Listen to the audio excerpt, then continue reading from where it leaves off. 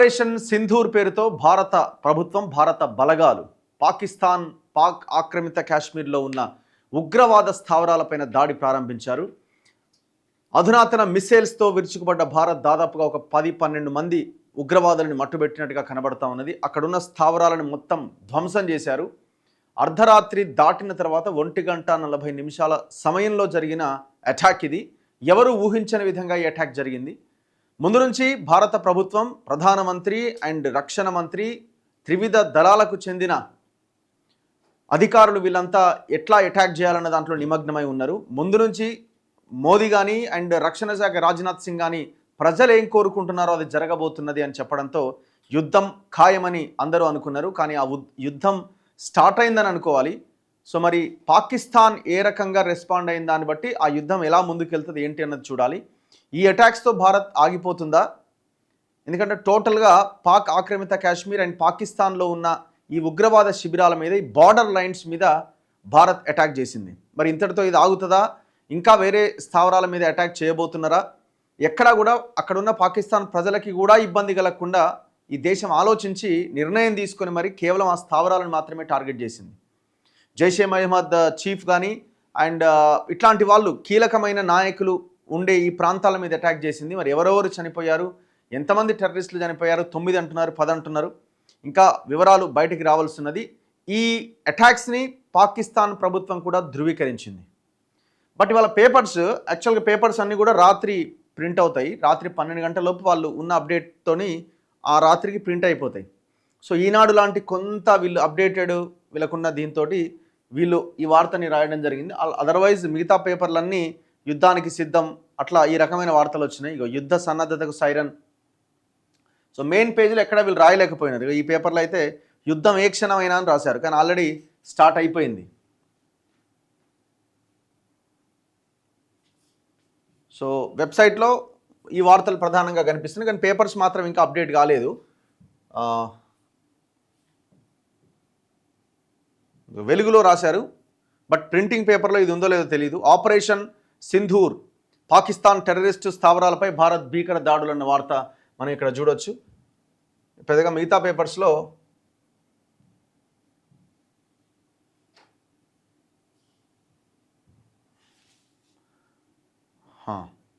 వీళ్ళ బీఆర్ఎస్ది వీళ్ళ కథ వీళ్ళ పాట వీళ్ళు వాడుకుంటున్నారు.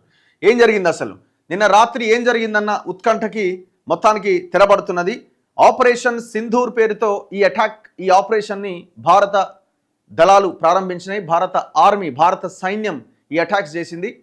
సో ఎందుకు ఈ ఆపరేషన్ సింధూర్ అనే పేరు పెట్టారంటే, అక్కడ ఎవరైతే మన పహల్గామ్ ఘటనలో మీరు హిందువులా ముస్లింలా అని మతం అడిగి మరీ చంపేశారు కదా, సో దానికి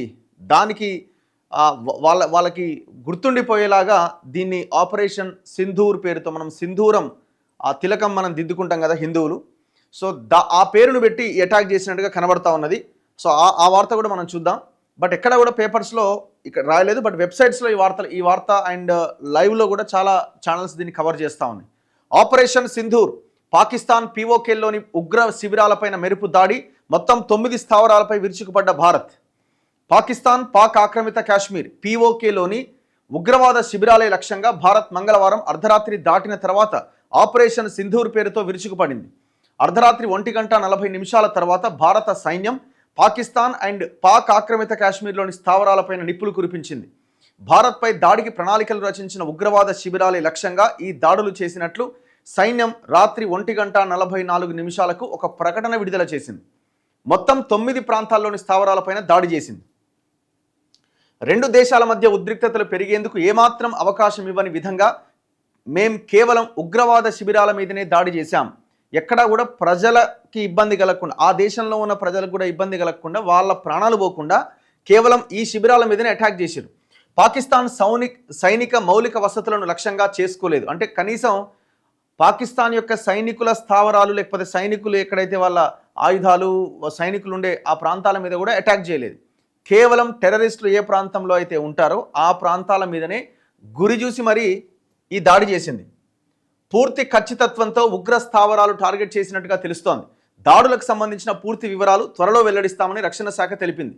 మరోవైపు పాకిస్తాన్ సైతం దాడులు ధృవీకరించింది.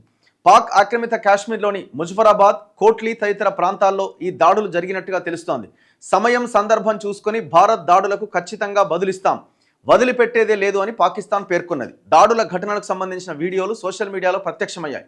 దాడుల అనంతరం సరిహద్దుల్లోని రాజౌరి, పూంచ్ సెక్టార్లలో పాకిస్తాన్ కాల్పులు ప్రారంభించగా భారత సైన్యం ధీటుగా తిప్పికొడుతున్నది. సో అప్డేట్ మనకు పేపర్స్లో కనిపిస్తున్నది. అప్డేట్ ఏం జరుగుతున్నదని వెబ్సైట్స్లో కనిపిస్తున్నది, ఒకసారి మనం చూడొచ్చు.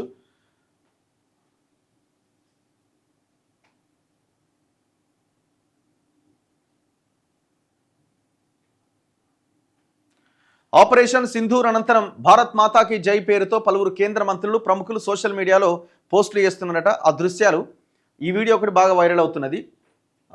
ఆ పాకిస్తాన్లో ఉన్న అక్కడ ఉన్న యువకులు జరిగిన అటాక్ తర్వాత దాన్ని వాళ్ళ ఫోన్లో బంధించే ప్రయత్నం చేస్తున్నారు, ఫోన్లో రికార్డ్ చేసే ప్రయత్నం చేస్తున్నారు.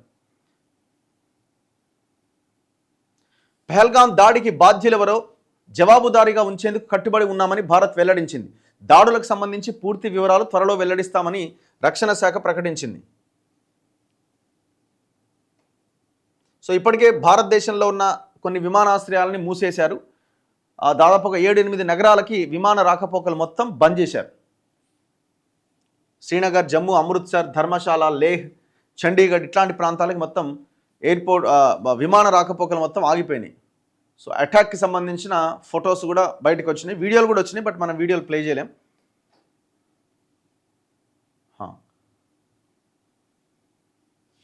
ఎల్ఓసి లైన్ ఆఫ్ కంట్రోల్ దగ్గర, లైన్ ఆఫ్ కంట్రోల్ వెంట ఇరు దేశాల సైనికుల కాల్పులతో ఉద్రిక్త వాతావరణం నెలకొంది. దాడులు జరిగిన ప్రాంతాల్లో Muridke terrorist group Lashkar-e తోయిబాకు head క్వార్టర్స్గా ఉన్నదట.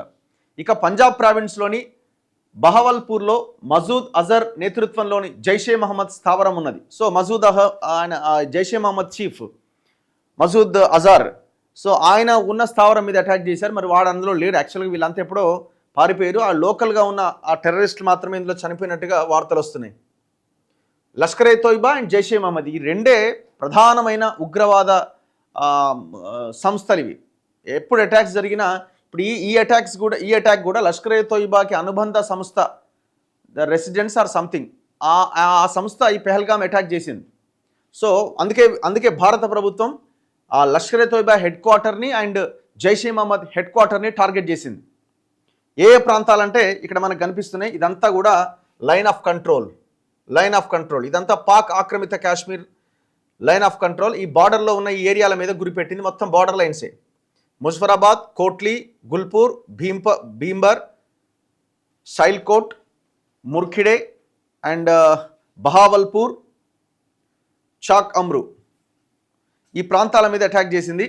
ఇదంతా కూడా పాకిస్తాన్, ఇది పాకిస్తాన్లో ఉన్న కొన్ని ప్రాంతాలు కూడా ఉన్నాయి. ఇక్కడ అటాక్ చేసిన ప్రాంతాలు కొన్ని ఈ బార్డర్ లైన్లో ఉన్న కొన్ని ప్రాంతాలు ఉన్నాయి. ఈ ప్రాంతాల మీదనే ప్రధానంగా అటాక్ చేసింది. అప్రమత్తమైన డిఫెన్స్ వ్యవస్థలు, భారత్ దాడులతో పాక్ అప్రమత్తమైంది. లాహోర్, సియాల్కోట్ ఎయిర్పోర్ట్లను 48 గంటల పాటు మూసేసింది. భారత్ ప్రతీకార దాడులు చేపట్టిన అనంతరం భారత భద్రతా సలహాదారు అజిత్ దోవల్ అమెరికా భద్రతా సలహాదారు మార్కో రూబియోతో మాట్లాడారు. దాడుల సమాచారాన్ని ఆయనకు వివరించారు. దాడుల అనంతరం భారత ఎయిర్ డిఫెన్స్ వ్యవస్థలు అప్రమత్తమయ్యాయి. పాకిస్తాన్ నుంచి ఎలాంటి ప్రతిస్పందన ఎదురైనా నిలువరించేందుకు సరిహద్దుల వెంట ఎయిర్ డిఫెన్స్ వ్యవస్థలు మోహరించాయి. బుధవారం ఉదయం 10:30కి పాక్ ప్రధాని షరీఫ్ జాతీయ భద్రతా కమిటీతో సమావేశం కాబోతున్నారు. అంటే ఇవాళ 10:30కి వాళ్ళు ఏం చేయాలని సమావేశం కాబోతున్నారట. వాడు ఏం చేసినా ఏమీ చేయలేడు. సరే, కొంతమేర ఏమైనా నష్టం కలిగిస్తే కొంతమేర కలిగించవచ్చు, ఎందుకంటే వాడికి ఉన్న ఆయుధాలు దీంతో ఏమైనా కొంత నష్టం కలిగించవచ్చు, కానీ అంతకుమించి వాడు చేయడానికి ఏమీ లేదు. ఒక 2 రోజులు, 3 రోజులు, 4 రోజులు మాత్రమే ఈ అటాక్స్ చేయడానికి వాడికి అవకాశం ఉంది. ఆ తర్వాత ఇంకా వేరే దేశాల యొక్క మద్దతు ఏమైనా ఉంటే, చైనా లాంటి దేశం, ఇక పాకిస్తాన్ కాదు, చైనా వర్సెస్ భారత్ లాగా యుద్ధం తయారైతే తప్ప వాడు మనం చేసేది ఏమీ ఉండదు. చైనా వచ్చినా చేయడానికి ఏమీ ఉండదు. పాకిస్తాన్ లాంటి ఓడిపోయే దేశానికి చైనా మద్దతు ఇచ్చి వాళ్ళ ప్లేస్లో వీళ్ళొచ్చి పోరాడే, ఫైట్ చేసే అవకాశం కూడా ఉండే అవకాశం లేదంటున్నారు. సో నిన్న అమెరికా అధ్యక్షుడు ట్రంప్ రెస్పాండ్ అయ్యారు. పాకిస్తాన్ ఉగ్ర స్థావరాలపై భారత్ చేపట్టిన దాడులపై అమెరికా అధ్యక్షుడు ట్రంప్ స్పందించారు. ఇండియా పాక్ పరిస్థితి దారుణంగా ఉన్నది, ఉద్రిక్తతలు తగ్గించుకోవాలని ఇరు దేశాలకు సూచించారు. ఇది హేయమైన విషయం, వారు దశాబ్దాలుగా ఘర్షణ పడుతున్నారు. దీనికి వీలైనంత తొందరగా ముగింపు పలకాలి. రెండు శక్తివంతమైన దేశాలు రోడ్డుపైకి వచ్చి కొట్టుకోవాలని ఎవరు కోరుకోరు. భారత్ పాకిస్తాన్కు ఎంతో చరిత్ర ఉంది. వీటి మధ్య ఎన్నో ఉద్రిక్తతలు ఉన్నాయి. అయితే ప్రపంచానికి శాంతి కావాలి, ఘర్షణ వద్దు అని అన్నారు. సో వీళ్ళు అక్కడ ఉన్న వాళ్ళు వీటిని ట్వీట్ చేశారు. ఈ విజువల్స్ ఒకసారి చూడొచ్చు.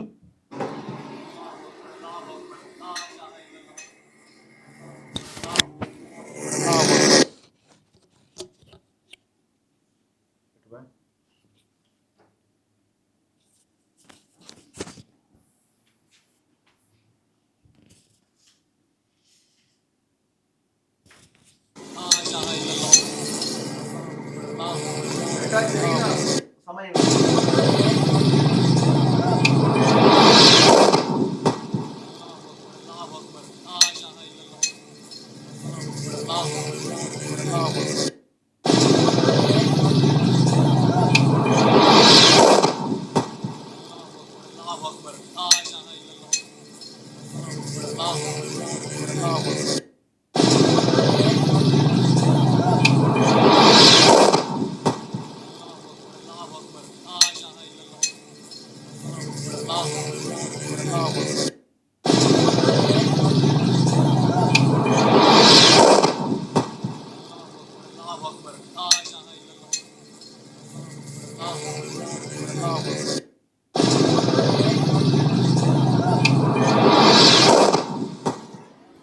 ఈ వీడియోనే సోషల్ మీడియాలో బాగా వైరల్ అవుతా ఉన్నది.